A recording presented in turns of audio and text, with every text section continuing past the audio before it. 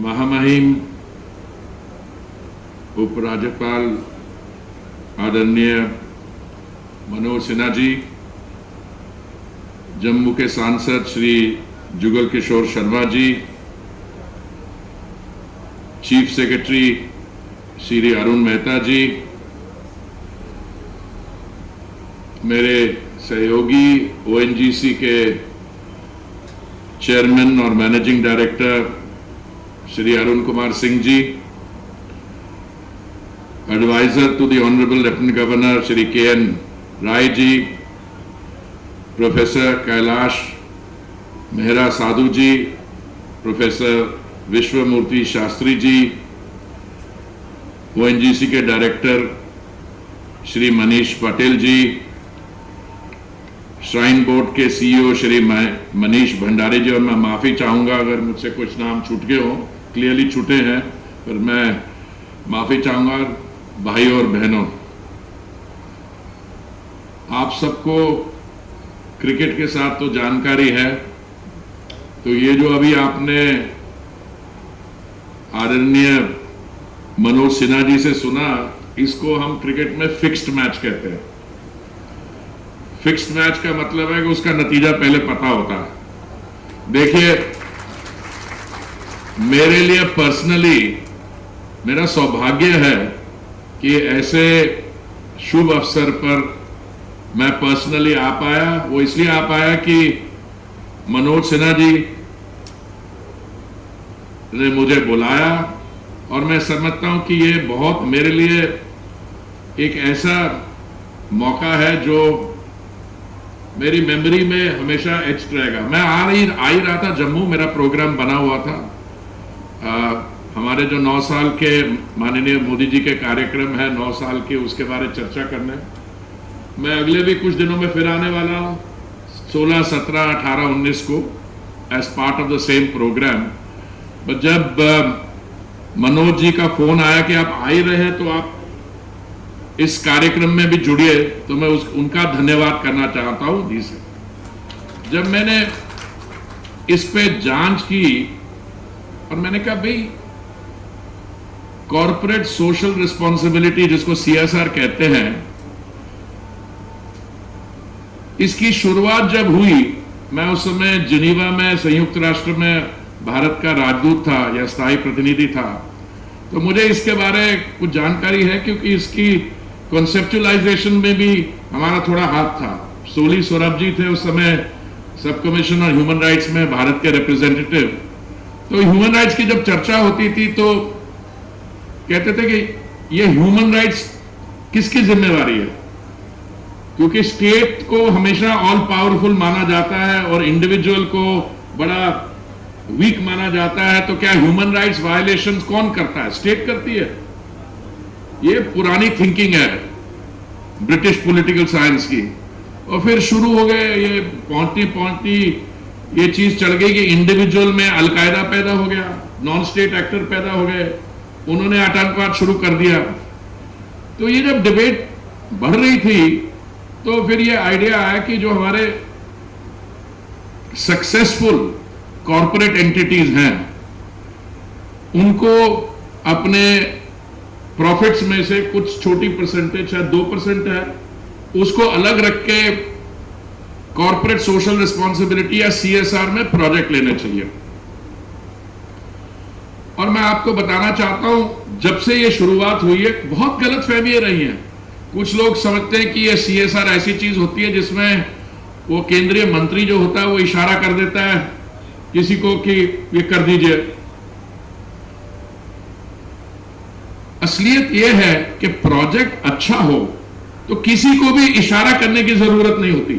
जो आपका जो ये प्रोजेक्ट है, जो आप यहां पे 400 हमारे जो पिलग्रिम्स आते हैं हर वर्ष, मुझे कहा गया कि 4 से 6 लाख आते हैं, उनके लिए जो आप रहने की व्यवस्था बना रहे हैं, उसमें डिजास्टर मैनेजमेंट सेंटर भी होगा, 54 कमरे होंगे, 18 डॉर्मेटरीज होंगी। अगर जब ऐसा प्रपोजल आता है तो मैं समझता हूं उसमें इनबिल्ट मोमेंटम होता है।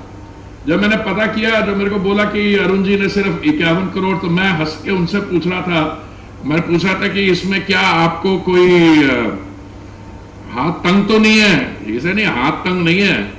हम तो चाहते हैं कि हम ऐसी प्रोजेक्ट्स को और हमारी तरफ से सपोर्ट जाए। तो फिर मैं मनोज जी के साथ बैठा था, मेरी पुरानी इनके साथ मित्रता है।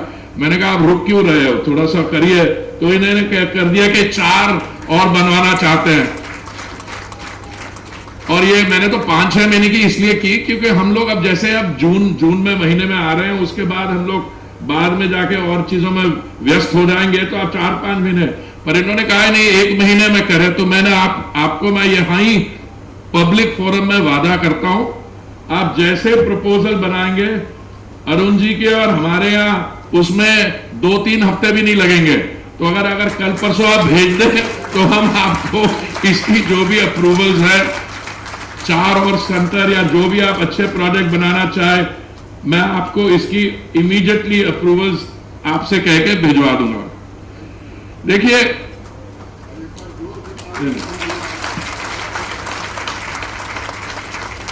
मैं आया यहां था माननीय प्रधानमंत्री जी के 9 वर्ष के जो उनकी सरकार में कार्य हुए उनकी चर्चा करने, और मुझे कई मौके मिले हैं यहां पे भी। माननीय राज्यपाल जी ने कहा, उपराज्यपाल जी ने कि IIT, एम्स, कितना हमारे प्रधानमंत्री आवास योजना में काम किया है, कितने शौचालय बने हैं। पर मैं आपको आज जो माननीय प्रधानमंत्री जी ने और जो काम किया as his devotion towards Lord Shiva, उसके बारे में कुछ मैं 2-4 आपको चीजें बताना चाहूंगा। Construction of the Mahakal Lok in Ujjain Mahakaleshwar temple, construction of new Kashi Vishwanath corridor in Varanasi and unveiling of Devi Ahilyabai Holkar statue। ये तो विश्वनाथ को तो काशी में हुआ काम, पर मुझे बहुत खुशी होती है आपके साथ ये शेयर करते हैं कि मेरी जो ऑयल मार्केटिंग कंपनीज हैं, इन्होंने वो जो बोट्स हैं उनको सबको CNG में कन्वर्ट कर दिया। और पीछे एक बहुत शानदार कार्यक्रम हुआ था जिसमें मैं भी गया था। जो सारी घाट्स की ब्यूटिफिकेशन हुई है एक्सेट्रा, द्वितीय घाट और बाकी लेके, मैं समझता हूं ये हमारे लिए बहुत गर्व की बात है। Somnath temple complex in Gujarat, new amenities at Kedarnath temple, establishment of Adi Shankaracharya statue of belief Vishwas Swaroopam in Nathdwara Rajasthan, connecting road for 4 Dham of Uttarakhand, Sri Ramanujacharya Statue of Equity in Hyderabad, Puja of New Parliament Building was done in Shaivite Padati। अब देखिए, एक तरफ है economic progress. जब माननीय प्रधानमंत्री जी ने दायित्व संभाला था 2014 में, उस समय हमारे विश्व भर में हमारी इकोनॉमी 10वें स्थान पे थी। 2014 से आज तक हम 10वें स्थान तक से निकलते 5वें स्थान पे आ गए, और हमारी इकोनॉमी $3.83 ट्रिलियन है। पर हमसे 2 आगे जो इकोनॉमीज हैं, जर्मनी और जापान, वो 4.1 ट्रिलियन और 4.3 ट्रिलियन पे है। अगर हम 7% पे ग्रो कर रहे हैं, जो हमारी लेटेस्ट फिगर है, तो हमें 4थे स्थान और 3रे स्थान पे जाने में कुछ ही महीने लगेंगे। और ये मैं नहीं कह रहा हूं, ये बाकी बाहर से जो असेसमेंट्स आ रही हैं अभी पीछे हाल में, मॉर्गन स्टैनली एटसेट्रा। मैं आपका ज्यादा समय नहीं लेना चाहता हूं, पर मैं अपनी तरफ से आपको एक पर्सपेक्टिव देना चाहता हूं। माननीय प्रधानमंत्री जी ने कहा कि अमृत काल में जब हमारे 100 वर्ष पूरे हो जाएंगे एज एन इंडिपेंडेंट कंट्री, हमें एक विकसित देश बनना है। और मुझे पूरा विश्वास है कि जिस गति के साथ काम हो रहा है, हम विकसित देश 2047 से पहले ही बन जाएंगे। उन्होंने साथ में यह भी कहा है कि हमें जो अपना कॉलोनियल माइंडसेट है उससे छुटकारा लेना है। देखिए, बकायदा हमारे 2047 में we may be only 100 years old as an independent country, पर हमारी जो संस्कृति सभ्यता है ये 5000 या 7000 वर्ष पुरानी है। दो दुनिया में एंशिएंट सिविलाइजेशन मानी जाती हैं, जैसे चीन की सिविलाइजेशन या मेसोपोटामिया में, वेस्ट एशिया में इजिप्शियन सिविलाइजेशन और इंडस वैली सिविलाइजेशन, मैं आपको बताना चाहता हूं इन तीनों में से हमारी एक लिविंग सिविलाइजेशन, हम वाराणसी जो 1000 वर्ष पुराना शहर है उसको हम मॉडर्नाइज कर रहे हैं, उसमें स्मार्ट सिटी के हम फीचर्स दे रहे हैं। पर दुख की बात यह है कि कई हम में से हमारी जो सिविलाइजेशनल इथोस है कई हजार वर्ष की, उसको हम डिफाइन करते हैं 190 वर्ष जो हम कॉलोनियल डोमिनेशन में रहे।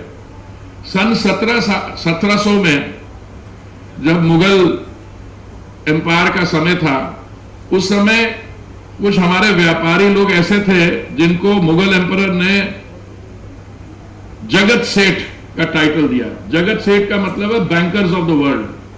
वो इसलिए क्योंकि 1720 में जगत सेठ की जो इकोनॉमिक स्टैंडिंग थी वो यूके की इकोनॉमी से बड़ी थी।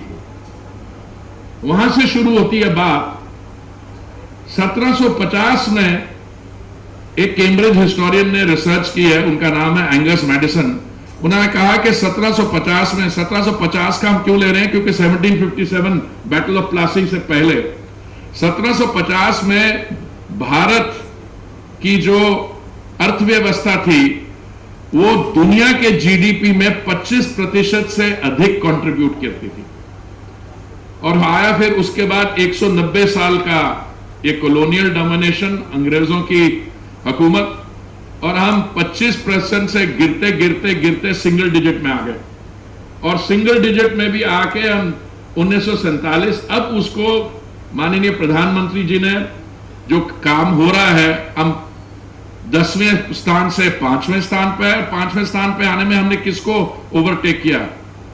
उन्हीं लोगों ने को जिन्होंने हम पे 190 साल की हुकूमत की थी। और अभी जाते जाते हम विश्व भर में तीसरे स्थान पे आने, हमारी अर्थव्यवस्था जो हो तीसरे स्थान पे होगी। पर साथ साथ हमारी जो सिविलाइजेशनल इथोस है उसको हम रिक्लेम कर रहे हैं। राजपथ पे जॉर्ज V का स्टैचू लगा था, राजपथ अब कर्तव्य पथ बन गया है, वहां नेताजी का स्टैचू है। और आप में से जिन्होंने नए पार्लियामेंट देखी है, अभी तो हम अगला सेशन वही होने वाला है, मुझे पूरा विश्वास है सबको मौका मिलेगा।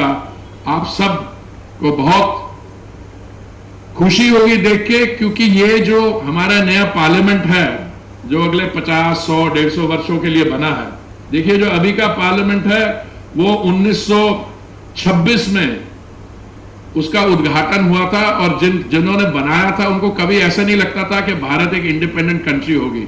ये कॉलोनियल पावर की असेंबली के लिए पार्टी थी। और जो उसके बाद आए, बड़ी बात चर्चा हुई कि नया पार्लियामेंट बनना चाहिए, पर जब तक मोदी जी ने दायित्व संभाला कुछ हुआ नहीं। और अब ये किया है, उसको आप जाके देखेंगे, वो हमारी हिस्ट्री, कल्चर, देश भर से जो काम हुआ है वहां पे दिखाई देगा। तो आपको मैं सबको शुभकामनाएं देना चाहता हूं। ये मेरा सौभाग्य है कि माननीय